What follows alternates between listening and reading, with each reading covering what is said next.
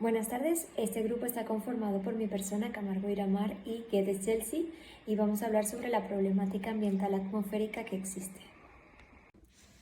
Buenas tardes, mi nombre es Iramar Camargo y voy a hablar sobre la capa de ozono. Empezaré por su definición e iré avanzando. Es una región de la estratosfera terrestre que tiene una alta concentración de ozono y 3 átomos de oxígeno. Se encuentra entre los 10 y 50 kilómetros sobre la superficie terrestre y su función principal es filtrar y absorber los rayos UV del sol para así proteger a los seres vivos de posibles efectos dañinos. Ahora bien, el deterioro que existe en la capa de ozono se refiere a la pérdida de ozono básicamente por la liberación de sustancias químicas, principalmente en las regiones polares. Al reaccionar las sustancias químicas como el clorofluorocarbono, los halones, los compuestos halogenados, en ellos estas sustancias reaccionan con la capa de ozono y forman agujeros en la misma. Luego, ¿cuáles son sus causas? Bueno, son por las emisiones antropogénicas anteriormente mencionadas. Es cuando utilizamos, por ejemplo, aerosoles, las industrias, los refrigerantes, productos de limpieza, entre otras más. Las principales consecuencias son los daños en la piel, las alteraciones o perturbaciones en los ecosistemas marinos, daños en los cultivos, daños en la vegetación, también los cambios climáticos. Es por ello que es sumamente importante abordar este problema, empezando climático. Es por ello que es sumamente importante abordar este problema, empezando gradualmente por la eliminación de sustancias químicas mediante estudios internacionales como el Protocolo de Montreal, que será visto más adelante. La adopción y el desarrollo de nuevas tecnologías alternativas menos perjudiciales y concientizar a los seres humanos de que es importante cuidar al medio ambiente y cuidar por ende a la capa de ozono. Hablando del marco legal, los acuerdos nacionales e internacionales sobre los problemas del deterioro de la capa de ozono, existe el Protocolo de Montreal, que fue fundado en 1987, que establece para eliminar gradualmente la producción y consumo de sustancias químicas que agotan el ozono, como el clorofluorocarbono y los halones. También está la enmienda del Protocolo Montreal, que básicamente es fortalecer las disposiciones que ya se han establecido y abordar nuevos desafíos como la eliminación de los hidroclorofluorocarbonos y la implementación de tecnologías alternativas más limpias. Por otra parte, también están las leyes y regulaciones nacionales. Estas leyes suelen establecer normas para la producción, importación, exportación y el uso de sustancias controladas, así como incentivar a adoptar tecnologías más limpias. También está el Acuerdo de Kigali, que esta fue fundada en el 2016. Básicamente este acuerdo enmendó el Protocolo de Montreal para incluir medidas adicionales como la reducción de la producción y el consumo de hidrofluorocarbonos, gases de efecto invernadero, utilizados como alternativa a las sustancias que agotan la capa de ozono, pero también tiene un alto potencial de calentamiento global. Estos son algunos ejemplos de los marcos legales, acuerdos internacionales que abordan el problema del deterioro de la capa de ozono. Ahora bien, empezamos con las lluvias ácidas. Estas son precipitaciones de lluvia debido al problema del deterioro de la capa de ozono. Ahora bien, empezamos con las lluvias ácidas. Estas son precipitaciones de lluvia, de niebla, de nieve, que en ellas hay una gran concentración de ácido nítrico, ácido sulfúrico. Esto se debe a que se forman cuando los óxidos de azufre y el óxido de nitrógeno generados por las actividades de los seres humanos, cuando queman combustibles fósiles, industrias, estas reaccionan con el vapor en la atmósfera, lo que conlleva a estas lluvias ácidas. ¿Cuál es el principal problema de esto? Es que puede tener efectos devastadores en el medio ambiente. Al caer contaminan aguas, suelos, vegetación, afectando a la biodiversidad y la calidad de vida de todas las personas. e incluso los animales. También una de las causas se debe a la emisión de óxido de azufre, como mencionado anteriormente, el óxido de nitrógeno producido por la quema de combustibles fósiles, vehículos, centrales eléctricas, procesos industriales. Al liberarse y fusionarse con el vapor de agua, forman el ácido sulfúrico y el ácido nítrico, y por ende pues están esas consecuencias. Las consecuencias, por otra parte, son los daños en los cuerpos de agua, de suelo, de vegetación, de biodiversidad, deterioro en los monumentos históricos, problemas respiratorios en los seres vivos, o sea, afecta a la salud en general, corrosión de estructuras metálicas y edificación. ¿Cómo se podría solucionar de estructuras metálicas y edificación? ¿Cómo se podría solucionar esto? Bueno, este problema básicamente es concientizando a los seres humanos del problema que existe, utilizar vehículos eléctricos, promover de que se utilice transporte público, implementar también tecnologías de control de contaminación, del uso de combustible más limpio y renovable, regulaciones ambientales más estrictas y la importación de conservar el medio ambiente. Por otra parte, el marco legal de estos acuerdos nacionales internacionales y la importación de conservar el medio ambiente.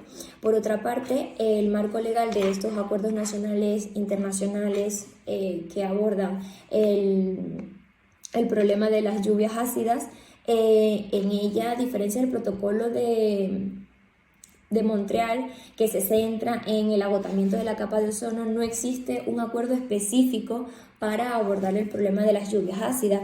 Sin embargo, varios países han implementado medidas a nivel nacional y regional para reducir las emisiones y mitigar los posibles efectos, empezando por las directivas de la Unión Europea sobre las emisiones industriales, el IED, que establece normas de prevención y control integrados a la contaminación en instalaciones industriales de la Unión Europea, incluyendo reducción de emisiones de óxidos de azufre y de nitrógeno, que son las principales emisiones de las lluvias ácidas.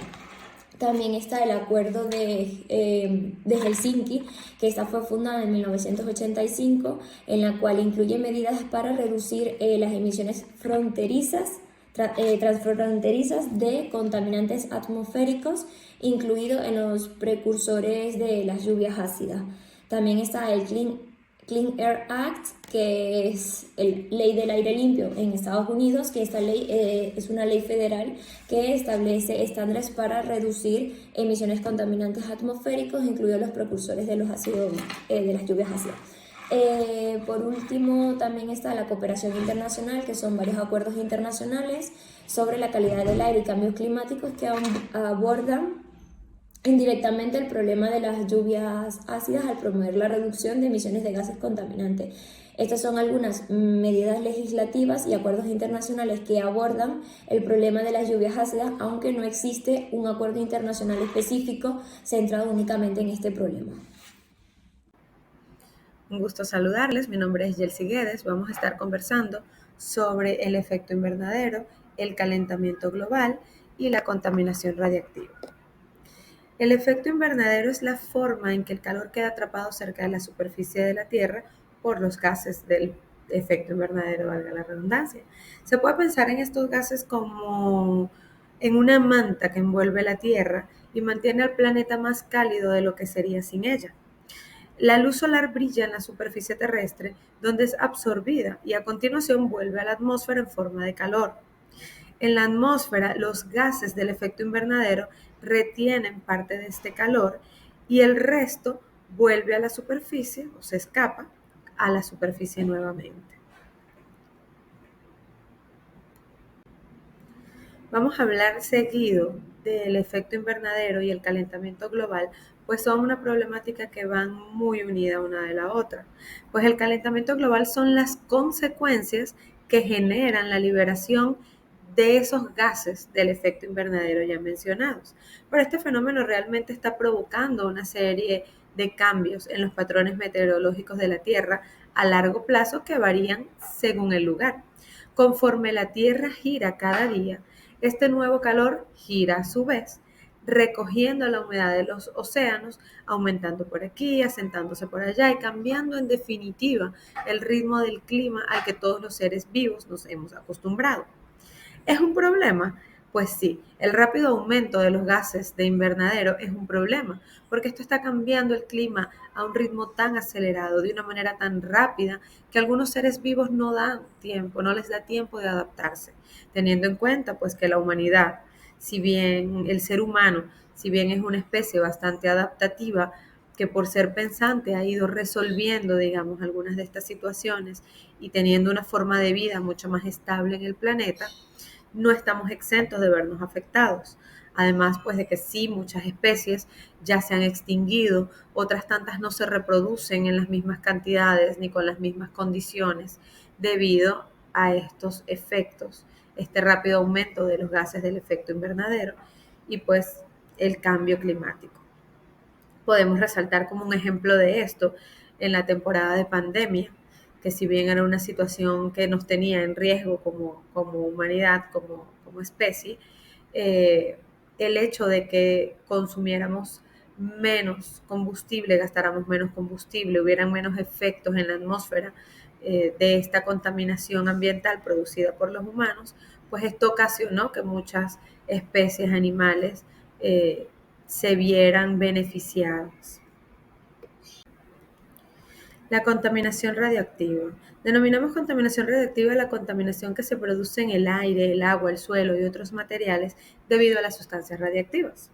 Estas sustancias pueden ser de ensayos militares, de prácticas médicas habituales, de actividades industriales, del desecho, vertido del desecho nuclear producido pues en estas plantas nucleares, principalmente utilizadas muchas de las veces para elaborar bombas, armas de guerra y pues por los accidentes humanos, como en el caso de Hiroshima, que un accidente humano llevó a una fuerte contaminación radioactiva en esa zona.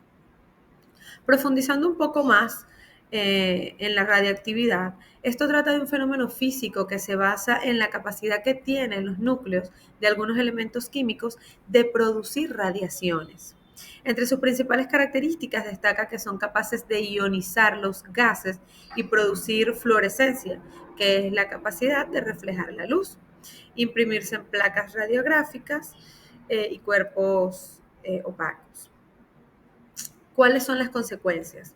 Me voy a basar principalmente en las consecuencias para el ser humano. En exposiciones leves o moderadas, las partículas radiactivas pueden ocasionar afecciones graves de salud, como cáncer, problemas genéticos o caídas del cabello, principalmente el cáncer de tiroides, pues esta glándula es capaz de absorber las partículas de yodo radioactivo y al igual que causar tumores cerebrales. En exposiciones de alto nivel, las consecuencias pueden llegar a ser la muerte y pues también puede causar defectos genéticos. Vamos a conversar sobre las soluciones o posibles aportes que podemos hacer como seres humanos para minimizar el impacto de esta problemática. En el caso del calentamiento global, la mejora de la eficiencia energética y el ahorro de combustible de los vehículos, prefiriendo pues caminar, ir en bicicleta, usar transporte público, la plantación de árboles, la restauración de las praderas marinas y el fomento del uso de cultivos de cobertura agrícola podrían ayudar a limpiar cantidades significativas de dióxido de carbono. Los biocombustibles creados a partir de residuos orgánicos, inclusive eh, la misma promoción, o sea, el promover el uso de vehículos eléctricos. En el caso del efecto invernadero, la cultura de reciclaje es la clave de un ecosistema sostenible. La cultura ecológica, promover esa concientización ecológica es algo que pudiéramos hacer, reciclar en la medida de lo posible, utilizar energías renovables siempre que sea posible, como la energía solar, los cargadores solares, utilizar los productos químicos de nuestro hogar, sustituirlos por productos orgánicos, en vez de cloro, desinfectantes, utilizar vinagre, bicarbonato de sodio, utilizar champú, desodorantes orgánicos, podría pues ayudar bastante. En el caso de la contaminación radiactiva, pues sería ideal buscar otras fuentes de energía para reducir el número de plantas de energía nuclear y los riesgos asociados que éstas conllevan. Mantener las centrales nucleares a un radio mínimo de 13 kilómetros de los centros urbanos para no causar alteraciones genéticas y demás enfermedades que la contaminación radiactiva trae consigo. Y pues educar a las poblaciones próximas a las zonas de peligro radioactivo para prevenir posibles accidentes. Esto como algunas, pues por supuesto que hay un sinnúmero de medidas que se pueden tomar, no solo a nivel individual, sino a nivel gubernamental. Por eso pues ahora vamos a hablar de algunos tratados que se han realizado y convenios para tratar estas problemáticas. En el marco legal y acuerdos nacionales e internacionales sobre el calentamiento global y la contaminación radioactiva, tenemos la Convención Marco de las Naciones Unidas sobre el Cambio Climático, ratificada por los 33 países de América Latina y el Caribe. Esta convención entró en vigor en marzo de 1994. Existe también el Protocolo de Kioto en 1997, que fue un acuerdo internacional que estableció compromisos para reducir las emisiones de gases del efecto invernadero. Entró en vigor en 2005, aunque expiró en el 2020 y fue reemplazada por el Acuerdo de París, pero sigue siendo relevante para comprender la historia de los esfuerzos internacionales para abordar el cambio climático. Tenemos el Acuerdo de París, promulgado en 2015. Este acuerdo fue negociado en el marco de la Convención de las Naciones Unidas sobre el Cambio Climático y tiene como objetivo limitar el aumento de la temperatura global por debajo de los 2 grados Celsius, es decir, mantenerlo a un tope y pues con esfuerzos la intención es mantenerlo a 1.5 grados Celsius. La meta es pues que no exceda de los 2 grados. Sobre la contaminación radioactiva tenemos el Convenio sobre la Seguridad Nuclear, promulgado en el 1994. Este tratado establece estándares y medidas para garantizar que las instalaciones nucleares tengan las medidas de seguridad necesarias para prevenir los accidentes, además de abordar también la gestión segura tanto del combustible de estas plantas como de los desechos radioactivos. Existe también el Convenio sobre la seguridad de la gestión de combustible gastado y de los desechos. Esto fue ya en el 2009, conocido como Convenio de Seguridad de Gestión de Desechos Radioactivos. Proporciona un marco internacional para una gestión segura, específicamente del combustible utilizado y del uso o del manejo, mejor dicho, apropiado de los desechos radioactivos. Esto ha sido todo. Muchísimas gracias.